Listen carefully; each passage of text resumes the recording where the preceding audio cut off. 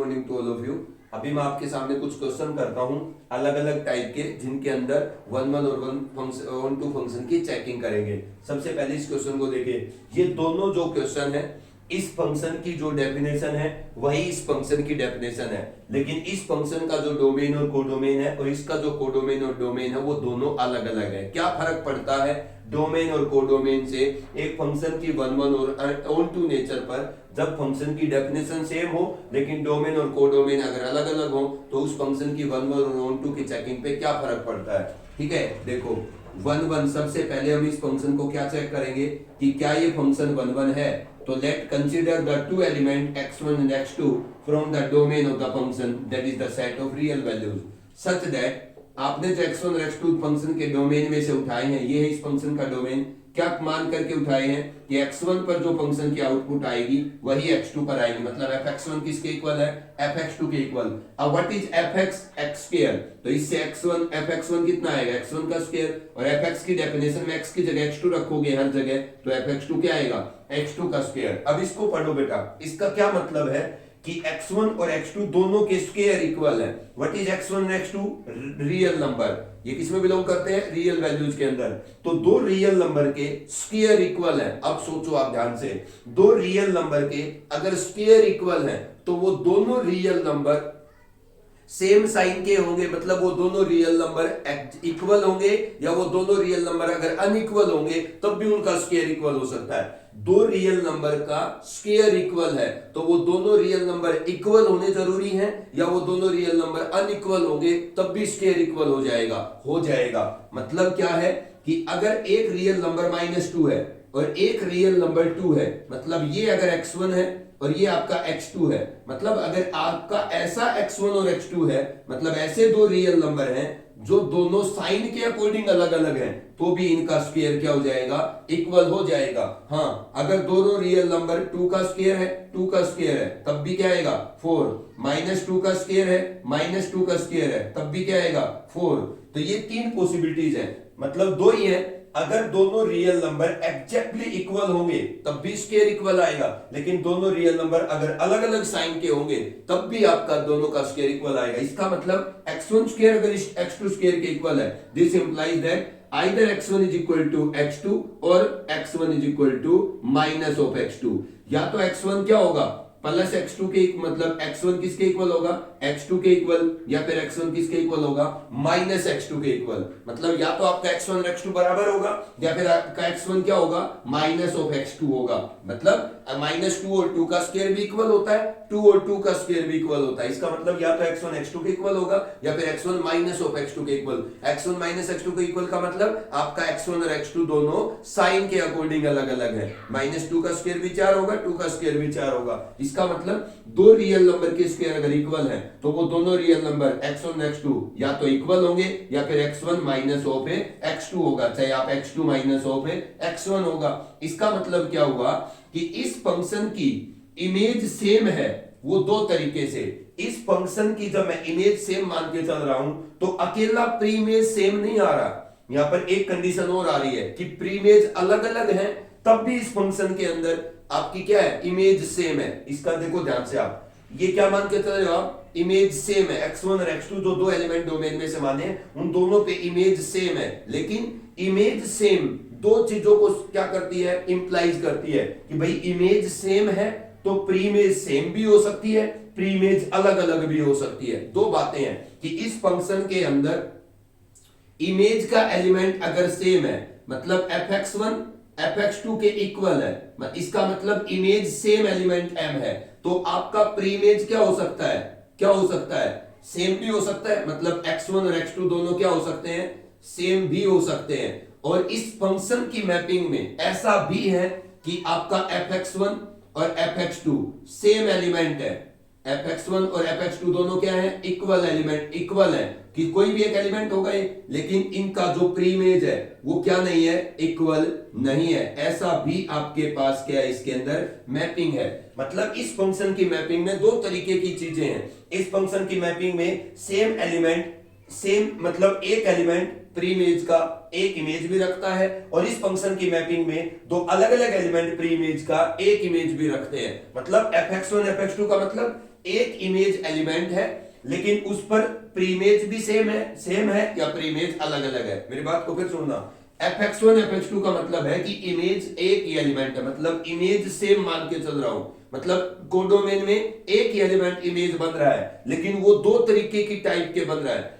Image same कब बन रहा है, जब प्रीमेज सेम है या प्रीमेज अलग अलग है। इसमें मतलब इस फंक्शन की मैपिंग में दो तरीके की बातें हैं। जैसे कोई एलिमेंट 2 है, ठीक है, तो उसकी इमेज क्या आ रही है 4, लेकिन अगर कोई एलिमेंट -2 है तो उसकी भी इमेज क्या आ रही है 4, ठीक है। 3 का इमेज कितना आ रहा है 9, और -3 का जो रियल वैल्यूज है डोमेन में उसकी भी इमेज कितनी आ रही है 9। इसका मतलब इस फंक्शन के अंदर दो तरीके की बातें हैं, दो अलग अलग टाइप के रियल नंबर की इमेज सेम है, दो अलग अलग टाइप के रियल नंबर की इमेज सेम है, मतलब x1 x2 के इक्वल भी हो सकता है और x1 आपका -x2 के इक्वल भी हो सकता है, तब भी आपकी इमेज सेम आएगी। इसका मतलब क्या हुआ कि ये फंक्शन क्या है, मैनी वन है। सो f इज ए 1 1। इसका मतलब कहने का क्या है कि किसी फंक्शन को अगर आपने 1 1 प्रूव करना है तो जब आप fx1 fx2 के इक्वल लेके चलते हो तो उससे क्या इंप्लाइज होना चाहिए, only x1 equal to x2। अगर fx1 इक्वल टू fx2 में लेके चल रहा हूं तो उससे आफ्टर सिंप्लीफिकेशन सिर्फ x1 equal to x2 implies नहीं होता, x1 और x2 इक्वल इंप्लाइज नहीं होता, कुछ और भी इंप्लाइज हो रहा है, तो आपका फंक्शन क्या नहीं होगा 1 1 नहीं होगा। जो आप यहां पर देख सकते हो इस फंक्शन की मैपिंग में प्रीमेज सेम है तब भी इमेज सेम है, और जब प्रीमेज अलग अलग है तब भी इमेज सेम है। इसका मतलब ये फंक्शन क्या है, मैनी वन फंक्शन है। अब अगर मैं इस फंक्शन को ऑन टू चेक करता हूं, ऑन टू के लिए क्या करेंगे, let y be an arbitrary element, ठीक है, y be an arbitrary element in the codomain, let y be an arbitrary element of a codomain. किसी फंक्शन को ऑन टू प्रूव करने के लिए उस फंक्शन के कोडोमेन में कोडोमेन का एक रिप्रेजेंटेटिव मानेंगे। अगर मेरे को इस फंक्शन को ऑन टू प्रूव करना है इस डोमेन और कोडोमेन में, तो मैं इस फंक्शन का जो कोडोमेन है उसका एक रिप्रेजेंटेटिव मानता हूं। y can be any value of the codomain, y क्या हो सकता है, इस कोडोमेन का कोई भी वैल्यू हो सकता है। Now put fx is equal to y। अब आप अपने फंक्शन को y के इक्वल लिखिए, आपका फंक्शन क्या है x square is equal to y। Now generate the value of x in terms of y, x का वैल्यू y में जनरेट करो plus minus root y, x का वैल्यू y में क्या आएगा प्लस माइनस रूट y। ये जो x का वैल्यू y में जनरेट किया है यहां रुक जाना है आपने, यहां मैं लिख देता हूं x का वैल्यू जो y में जनरेट किया प्लस माइनस रूट y। यहां सोचना है आपने कि ये जो x की वैल्यू y में जनरेट की है, क्या आपको ऐसा लगता है कि इस y की जगह इस कोडोमेन का जो भी एलिमेंट मैं रखूंगा उसके कोरस्पोंडिंग x मेरा डोमेन का एलिमेंट आएगा?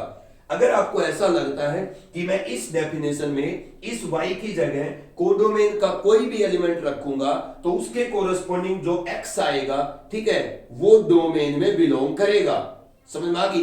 अब आपके पास y क्या है, कोडोमेन का रिप्रेजेंटेटिव। इस कोडोमेन क्या है, रियल वैल्यूज। तो क्या आपको लगता है कि जितनी भी रियल वैल्यूज कोडोमेन में हैं, ठीक है, वो y की जगह रखी जाएंगी, तो जितनी रियल वैल्यू यहां रखी जाएंगी उतनी x मेरे को किस में मिलेंगी, डोमेन में मिलेंगी। क्या आपको लगता है ऐसा? लगता है नहीं। क्यों? क्योंकि अगर मैंने y की जगह कोडोमेन की रियल वैल्यू -2 रखी, अगर मैंने y की जगह कोडोमेन की रियल वैल्यू क्या रखी -2, क्योंकि y की जगह मैं कोडोमेन का कोई भी एलिमेंट रख सकता हूं। अगर मैं y की जगह कोडोमेन का कौन सा एलिमेंट रखता हूं, -2 इज ए रियल वैल्यू, लेकिन -2 y की जगह रखेंगे तो x क्या आएगा, इमेजिनरी। मतलब इस y के कोडोमेन में से जो मैं -2 रख रहा हूं उसके कोरस्पॉन्डिंग जो इस इक्वेशन से x आ रहा है वो तो डोमेन में है ही नहीं। इसका मतलब जो आपने y रखा है कोडोमेन में से उस एलिमेंट को अगर डोमेन में प्री इमेज नहीं मिल रही है तो इसका मतलब आपके फंक्शन का जो कोडोमेन सेट है उसका हर एलिमेंट डोमेन में प्री इमेज नहीं रख रहा। और हमें क्या चाहिए था उन टू के लिए, पूरा का पूरा कोडोमेन का डोमेन में प्री इमेज। तो आप इससे आगे क्या लिखोगे, आपको पता चल गया कि नहीं है, सभी y का x नहीं मिलेगा आपको डोमेन में, आपको पता चल गया, सोच लिया। तो अब क्या लिखेंगे इस इक्वेशन में कि x does not belongs to the domain that is the set of real values, किसके लिए, for all y belongs to the codomain. हो सकता है कुछ y की वैल्यू का के कोरस्पोंडिंग x डोमेन में आ रहा हो। मैंने क्या कहा है, मुझे हो सकता है ऐसा कि कुछ y की वैल्यू जो कोडोमेन में है उनके कोरस्पोंडिंग x डोमेन में बिलोंग कर रहा हो, लेकिन मेरे को क्या मिल गया, एक कारण मिल गया कि भाई सभी y की वैल्यू जो कोडोमेन में है उनके कोरस्पोंडिंग x डोमेन में नहीं आ रहा। और उसका मैं आपको एक एग्जांपल बता दूंगा कि x does not belong to the domain for all y belong to the codomain, ठीक है ना। बिकॉज अब मैं उसको कारण बताऊंगा, मना करेंगे तो कारण बताएंगे। Because if y is equal to -2 that belongs to the codomain, then x is equal to y is equal to -2 belong to the codomain, then x is equal to plus minus root -2। इसका मतलब x is equal to imaginary, the x is equal to imaginary which does not belong to the domain, so all the elements in the codomain, इसका मतलब so all the elements in the codomain, codomain के अंदर जितने भी elements हैं does not have preimage in the domain, उनकी क्या नहीं है, सभी एलिमेंट की प्रीमेज नहीं है किसके अंदर, डोमेन के अंदर। So f is not onto, इसका मतलब f फंक्शन क्या नहीं है, ऑन टू नहीं है। एक भी एलिमेंट को डोमेन में मेरे को ऐसा मिल गया जिसकी डोमेन में प्रीमेज नहीं आएगी, उसी टाइम पर आप मना कर देंगे। This is the basic process to prove a function to be one one and onto. अब उधर चलते हैं हम, क्या फर्क पड़ता है डोमेन और कोडोमेन से वन वन और ऑन टू पर। आप यहाँ पर चेक करिएगा फंक्शन को वन वन कैसे चेक करेंगे, आप दो इनपुट मान के चलिए। Let x1 and x2 two element belong to the domain of this function, that is the set of a natural number such that क्या मान के चलेंगे कि fx1 जो x1 पर फंक्शन की आउटपुट है उतनी आउटपुट किसकी फंक्शन की किस पे है, x2 पे, मतलब इमेज से मान के चल रहा हूं इन दोनों प्री इमेज पर। व्हाट इज fx1, वही आएगा x1 का स्क्वायर, fx2 वही आएगा x2 का स्क्वायर। अब वही चीज आ रही है, लेकिन यहां पर x1 और x2 दोनों क्या है, नेचुरल नंबर। अब दो नेचुरल नंबर के स्क्वायर इक्वल है, तो इसका मतलब बेटा एक ही पॉसिबिलिटी है कि आपका x1 और x2 दोनों नेचुरल नंबर क्या होंगे, इक्वल, क्योंकि नेगेटिव तो होता ही नहीं नेचुरल नंबर। अगर दो नेचुरल नंबर के स्क्वायर इक्वल है, वो दोनों नेचुरल नंबर एग्जैक्टली इक्वल होंगे। मतलब x1 किसके इक्वल होगा, x2 के इक्वल होगा। अलग अलग साइन का नहीं हो सकता x1 और x2, क्यों, क्योंकि ये दोनों नेचुरल नंबर है। नेचुरल नंबर सिर्फ पॉजिटिव नंबर होते हैं, ठीक है। इसका मतलब सो f इज वन वन, तो डोमेन बदल जाने से आपका फंक्शन का वन वन का नेचर भी बदल गया। ये बदल गया ना, क्योंकि इस फंक्शन का domain set of natural values है। रियल वैल्यू पर ये वन वन नहीं है, नेचुरल वैल्यू के डोमेन पर ये वन वन आ गया। अब इसको क्या करेंगे आप, ऑन टू प्रूव करेंगे। कैसे, लेट वही काम, let y be an arbitrary element, let y be an arbitrary element of codomain, ठीक है, ऑफ ए कोडोमेन। इस फंक्शन के कोडोमेन का एक रिप्रेजेंटेटिव मान लिया, मतलब एक आर्बिट्रेरी एलिमेंट मान लिया फंक्शन के कोडोमेन का। Now put fx is equal to y, अब अपने फंक्शन को इस y आर्बिट्रेरी एलिमेंट के इक्वल पुट करिए। x के is equal to y, function को इस y आर्बिट्रेरी एलिमेंट के इक्वल पुट करने के बाद x का रिलेशन y में जनरेट करो, plus minus root y।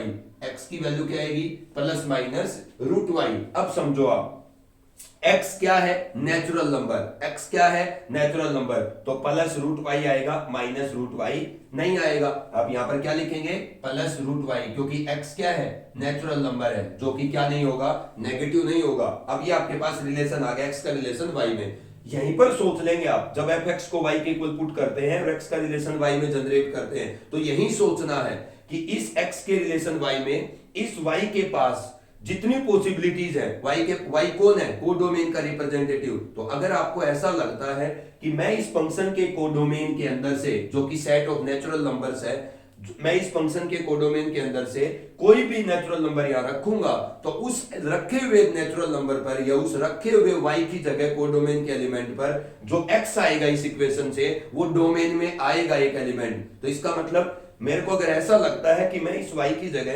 Codomain का कोई भी एलिमेंट रखूंगा, तो उस रखे हुए y की जगह कोडोमेन के एलिमेंट पर जो मुझे इस इक्वेशन से एक x मिलेगा, वो x एलिमेंट डोमेन में है। तो इसका मतलब उस रखे हुए y का मुझे प्रीमेज x डोमेन में मिल रहा है।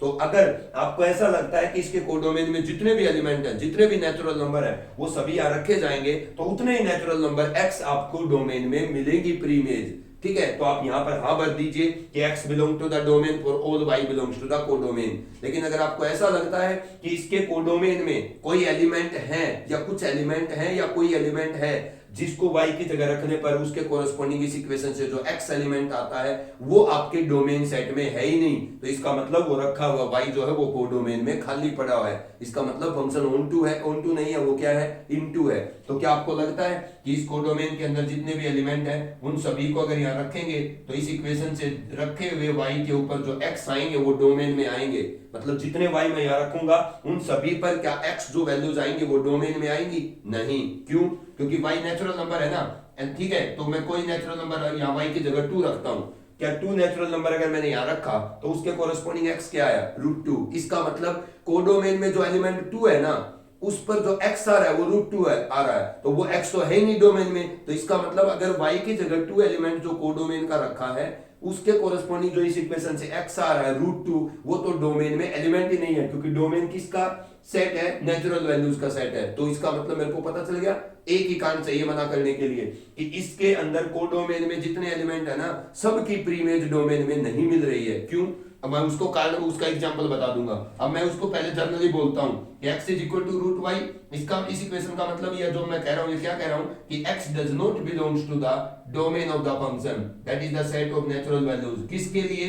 For all y belongs to किसके अंदर, codomain of the function set of natural value, because अब उसको कारण बताइए, because if we take y is equal to 2 then x according to this equation x is equal to √2 that does not belong to the domain of the function, so for all y belongs to codomain, ठीक है, so for all y belongs to codomain, जितने भी y codomain में belong करते हैं x does not belong to the domain, x किस में belong नहीं करता, डोमेन में बिलोंग नहीं करता, so f is not onto, so function क्या नहीं है, ऑनटू नहीं है। ये तरीका है कि जब फंक्शन की डेफिनेशन से मैं डोमेन और कोडोमेन बदल दिया तो वन और ऑनटू का नेचर भी फंक्शन का क्या हो सकता है, बदल सकता है। अब आपको जो होमवर्क बताता हूं 1.3 एक्सरसाइज में से वो आप करिएगा।